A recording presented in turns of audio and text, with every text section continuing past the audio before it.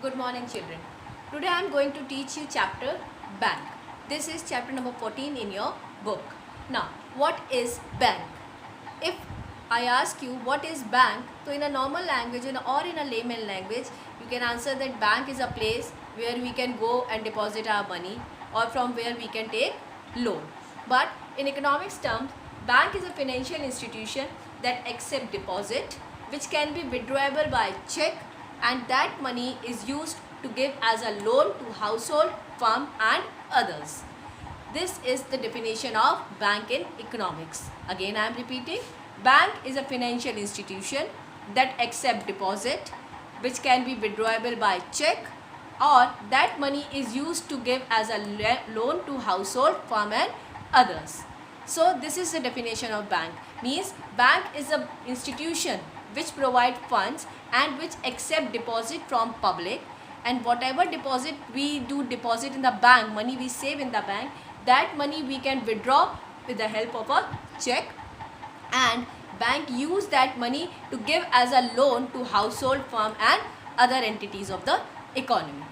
When you are writing the definition of bank, please be very careful to write these keywords: financial institution, accept deposits, withdrawable by check. These three are the keywords of bank definition. Now, with the help of this function, lending to household and firm, what bank do? Bank creates money in the economy, and this is known as creation of money. By providing loan to the people, bank increase the supply of money in the economy, in the market, and this is known as creation of money. The money which bank create is known as deposit money or bank money. Now, this is the meaning of bank. Now, if I say that I deposit money in LIC also, and I can take loan also from LIC, why LIC is not considered as a bank? So here is the answer, that bank and financial institution, these two are the different things. There is a difference between bank and financial institution. The first one is bank provides us check facilities.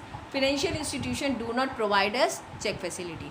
And the very unique feature, that bank is having a power to create money which financial institution are not having. These two are the difference between bank and financial institutions. Now come to the types of bank. In India, there are basically 8 types of bank. The first one is central bank. Central bank is the apex institution of banking structure. It is the bank which is having control on all other banks and regulating the financial work of all other banks in the society. In every country, there is only one central bank. In our country, India, it is RBI. This is Reserve Bank of India. Central bank is having a monopoly power in issuing the currency. No one else, no other bank can issue the currency except central bank of the country. Next type of bank is commercial bank. Commercial bank is the bank of public. We people can go and deposit our money in commercial bank and take loan. Commercial bank provides us check facilities. Commercial banks can be of two types. If they are under the control of the government, they are known as public bank, and if they are under the control of the private shareholders, they are known as private banks. Like SBI, PNB, they all are the public banks. HDFC, ICICI, they all are the private banks. Now, next type of bank is cooperative bank. Cooperative banks are the banks which are started by the group of members of the society to provide easy loan to their members. They are just like a cooperative societies, and they are known as cooperative banks. Another type of bank is regional rural banks. They are also known as RRBs, which we have already studied in class 11th. Regional rural banks are established in the rural area to provide easy loan to the farmers. RRBs are also known as small banks, small man banks, because they provide loan to the poor section or the weaker section of the society at a very cheap interest rate.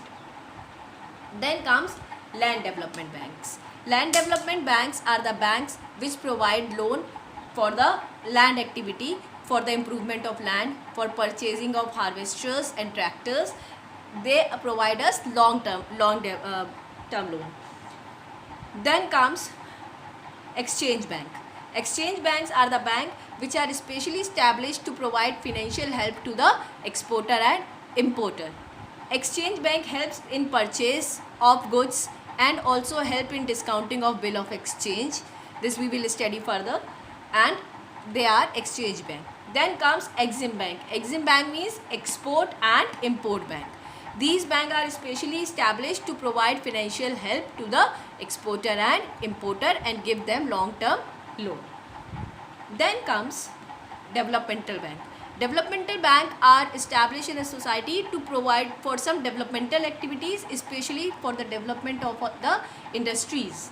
These bank gives loan to the industrialist, to the businessman for investment in the industry, so the development of the industries can be taken place in a society. In our country India, ICICI, IDBI, SIDBI, these all are the developmental banks. So if again I am repeating, types of banks: central bank, apex institution; commercial bank, which is the bank of public; central bank is the bank of government, only government can deal in the central bank; public can deal with the commercial bank; then cooperative society, regional rural bank, and land development bank. These three are the basically bank for the agriculture sector. Then exchange bank and Exim bank is for the foreign trade, for exporter and importer, and then developmental bank for the development of the society.